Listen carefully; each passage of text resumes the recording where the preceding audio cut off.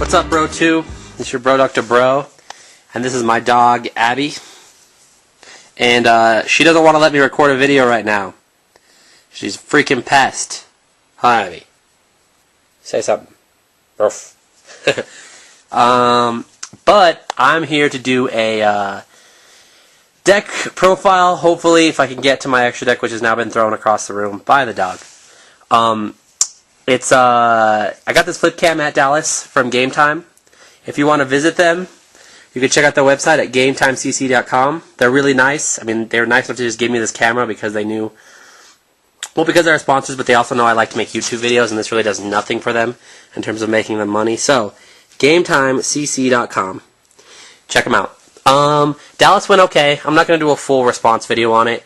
I went 8-3. I lost round 11 on the bubble. I was at table 8, and it was kind of a bummer, but that's Yu-Gi-Oh! I lost to the Mirror. The guy I played, his name was Rudy Nunez, I think, and he was a nice guy. I think he ended up making it top 8, at least top 16 of the tournament anyways.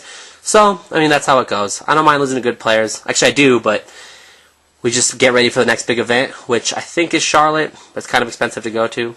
Anyways, and one of the last few locals we're going to have before the list changes, which I'll do a video on too, I decided to take a Karakuri deck to play with today, because I think they're pretty good. I think they're really good, and it's a chance I might play them for Charlotte. I feel like playing them in a local couldn't hurt. I ended up going 5-0, and I won my 5th round against my good friend, my teammate Bryson, and he was playing a full Samurai deck with Mizuho Shinai bullshit and all that. So I, winning a match against that, I think says a lot about this deck, especially since we all know Samurai's, get nerfed a little bit by the new list.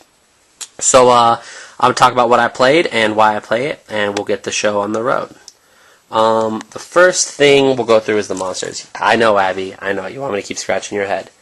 The first thing we're going to go through, is the monsters. So, get the hell out of here. Abby, get in your bed. Alright, so, now, sorry for that break, but now that the dogs have left and covered everything in hair, this is like take number 10 of this because the dog keeps interrupting the camera. We're going to talk about this Karakuri deck.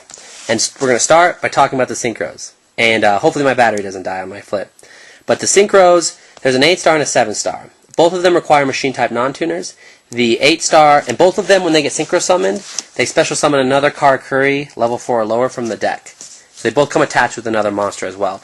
And this one, he says once per turn you can change the position of a Karakuri you control, or when the position is changed, I get to draw a card off him. So that's pretty nice. Especially since I can just pull this guy out and draw a card. But the 7-star also comes attached with the monster, also requires machine-type non-tuners, but he changes the battle position of a monster on the field once per turn. That's as a choice. But so the point is to spam a bunch of the 8-stars, a bunch of the 7-stars. To do that, I run actually 3 machine-type tuners as well. Actually, I run a couple tuners. But anyways, I run Karakuri Strategist Nishipachi. Now, Karakuri Strategist Nishipachi says, when he's summoned, you change the battle position of a monster on the field. He's a 500 attack, 1600 defense. And when he gets attacked, when he gets attacked while in attack position, he gets switched to defense position, which is cool because he can save himself because he's got 1600 defense. He can be machine duped, which means I can do a bunch of different crazy synchro plays, and I can actually even go to Gothams with him. But he's just a strong card. Anyways, we also run, as one of my non-tuners, we're not counting that yet. Oh no, you've seen my secrets. Anyways, we run 3 Dekoichis, wherever I put them. Apparently I lost them all. There's another one, and there's another one. 3 Dekoichis, it's a machine-type non-tuner. Anyone who's played Salvo Dad knows how crucial this is to Salvo. And it's a floater, and blah blah blah, and it's good. So, I also run 3 Black Salvos. I actually, people who have watched my videos know I've played Salvo Dad, and I played Salvo Lightsworn. And before, machine duping this card really didn't do anything, because who cared? You're probably going to Black Rose anyways. But now, if I summon Salvo, and I special Dekoichi, normally I can sync to the 7-star or the Black Rose and whatever. But if I machine dupe, and I pull all these guys out, okay, now I can sync these 2 away, and go to the 7-star, right? But the 7-star comes attached with another level 4 Karakuri from the deck. So I pull another Karakuri out like this guy, I can sync with this Salvo and go to another 7-star. Oh, and look, he came attached with another 7-star too.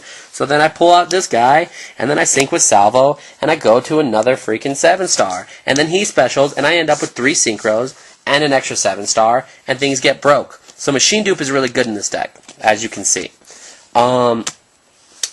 Anyway, so Deco Salvo is a pretty strong engine to that. And of course, like, as everyone knows, worst comes to worst, I just Black Rose the field. Which is great, because I love Black Rosing. Anyways, in addition to the Salvo Deco engine, I also run the Machina Fortress Gear Frame engine, because this is a machine type non-tuner, and this is a beastly card. I can pitch to Koichi with it, and then pick up what I just pitched off to Koichi with Salvo, and, get set up for, an almost OTK, depending on my other cards. It's a bitch for samurais. It's a bitch for a lot of decks. You're just hard to kill. If you don't have a trap to kill him, you're going to lose advantage by trying to get past him. And yeah, he's just a strong card, sets up OTKs, blah, blah, blah. And, yeah. So, I also play 2 Cyber Dragons, because I don't have instant fusions. I do have instant fusions, but I don't have Cybersaurus, who's a 5-star machine fusion, who I'd really like to use in this deck, but he's from Metal Raiders, and who keeps Metal Raiders cards? He's like a common, I think, too. Anyways, so this functioned as my other 5-star machine non-tuner. I can special this and special or normal summon Salvo, and then sync to either like a Stardust or sync to this Karakuri guy and pull out more cards and blah blah blah. The cool thing about the Karakuri is that the Karakuri's 8-star is that when he comes out, I can always just pull out the 3-star tuner and use his effect to switch his own position, and then or switch him to attack, whatever, and then draw a card off this. So if I ever, use like Cyber Dragon and a tuner and synchro, I traded 2 cards for this, and a draw. So it's like not bad. You know what I mean? Not bad at all. +1s, right? Anyways, to round up the last few cards, I run 1 Hypa. He's a 2100 Karakuri 4-star non-tuner. I mean, he doesn't say he's not non-tuner type, but he is a machine non-tuner that I run on the deck. And he works like a Goblin Attack Force. If he attacks, he switches to defense at the end of the battle phase. And he's 2100's, decently beatery, so that's pretty good. I run this guy. He's like a giant rat. If he gets destroyed by battle, he special summons a level 4 Karakuri from the deck. And he also functions as a machine non-tuner. And then I run Saizan. This guy's got a long-ass effect. He's a 4-star Karakuri tuner, which is already good. He has 800 attack and 600 attack and 1800 defense. He can't be destroyed by battle while in attack position.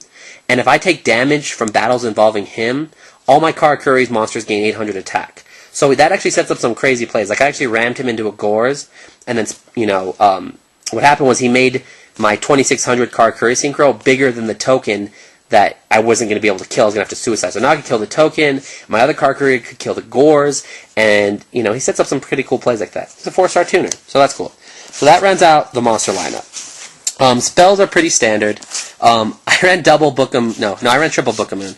Some of these cards are in different sleeves, because I tested with a different deck after the tournament was over, because we're trying to test new format stuff. But since this tournament was still old format, I ran 3 books, I ran double MST, I ran Trunade, Darkhole, Reborn, Limiter, all those should be obvious. I run double Machine Dupe because it sets up OTK game-winning stuff, but you don't want to draw it dead that often, and I'm not trying to lose games because I draw too many Machine Dupes. 2 functions really well. I don't need it to win, but if I do draw it, it's usually a bonus.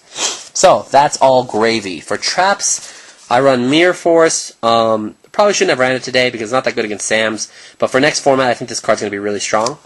I ran Double Warning because I forgot that because I built this deck the night before and was testing new format stuff, and I forgot that I could run 3 warnings today. So I only ran 2 by accident. 1 Torrential, 1 Solemn Judgment. Torrential I actually feel like it's going to be super strong. I think this card's already super strong. I don't know why people started taking it out, especially since I play so many floaters. But it's so good against Sam's, it's good against Blackwings, it's good against GKs. It's just a strong card. And definitely going to be key next format. I ran double 7 tools, double trap stun. Because this is what I'm going to run for next format, so I left it like this. This stops trap stun, and it stops key things so I can go off. This takes out those 4 back rows they have set, because now they only have 1 Book of Moon. So if I trap stun, I'm probably going to get my OTK plays off. But yeah, you already know what it is. That's how the deck works. The side deck, I took a lot of stuff from my Samurai side. Sided Rivalry of Warlords, which destroys so many decks. It tears apart Monarchs because of the look up the tribute ruling. It's pretty stupid. It tears apart any deck that tries to synchro into different types, and I synchro all into the same type, so it doesn't even stop me. It's great, and that's great. I played a Chimera Tech Fortress because I might have to go to it. Which Chimera Tech Fortress does rate me though. It is a problem. Is there anything else interesting that I played? I mean, you play Gothams, and you play all these synchro guys, and you have good times. The deck. How does the deck run? I mean, I won a lot of games just off of a lot of plays with this. I won a lot of games just off pluses, because when you drop that 8-star, you get a +1, and you have a big old monster. And, I don't know. You know, it's, the games I lost, I mean, it was tough. You know, when I have a full field, and I don't win that turn, and they drop this on me, it sucks. But, Book of Moon, you know, isn't going to be able to help me as much next format, so, you know, maybe I'm going to have to start doing bottomless or something to stop this. But, if they didn't draw this, or they didn't side it, then, I was probably going to win, because Rivalry of Warlords takes care of too many cards. I actually beat, like I said, I beat my friends, anyways, yeah. Big plays, though. Like, I already told you the Salvo Deco.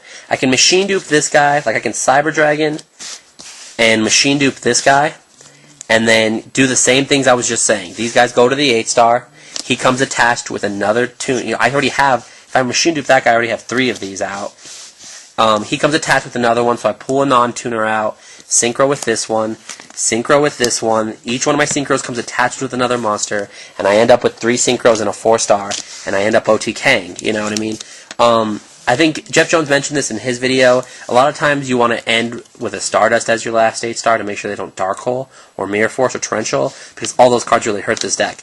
But you can see how easily this just goes broke. And I can just so many crazy things. Just one top deck of Salvo. One top deck of Salvo, and suddenly I'm going into a 7-star that can stop. Where's the 7? Going to a 7-star that can change the position of your big beat stick and run over it. And it also comes attached with the 2100 attack Karakuri beat stick, or the Giant Rat, or whatever. I'm going to end up, you know, off one card, end up with 2 beastly monsters and take complete control of the field. The only thing that worries me about this deck is that Necro Valley really hurts Salvo. A lot of people are playing the plant stuff in it, which seems kind of... I haven't tested it, so I can't even comment on it. It's probably good, but, you know, I really like this guy. You know, it's just Necro Valley, blah. So if I can come up with a strong answer to dealing with Necro Valley other than just the MSTs, I'm going to try. Because I was also, I mean, I want to play the best deck for Charlotte, and this deck might be the best deck. It's super fast, and it can run duality. I don't have any dualities. I sold them all because I was afraid of the ban list hitting it. But this deck could probably run dualities too, just to set up better Dekoichi Salvo plays, to set up better machine dupe plays, to hit things like Shevin Tool or Trap Stun. So this deck could, you know, potentially be even better than how I ran it today. Probably could be ran better than how I ran it today. I built this deck last night, and then I changed it at the last second to try and make it work for the old format, you know, the current format. But yeah, that's the deck. I did really well at the locals. I think you should try it. I think it's a lot of fun to just drop a million synchros, you know. Who doesn't want to just spam synchros all day? And who doesn't like machines? I think machine decks are a lot of fun, and I've always loved Black Salvo. Me and Black Salvo. And how does that mean, Mrs. Jones? Anyways, it's like me and Miss Jones, but instead of Mrs. Jones, it's Black Salvo. That's it for Dr. Drew. Dr. Drew signing out.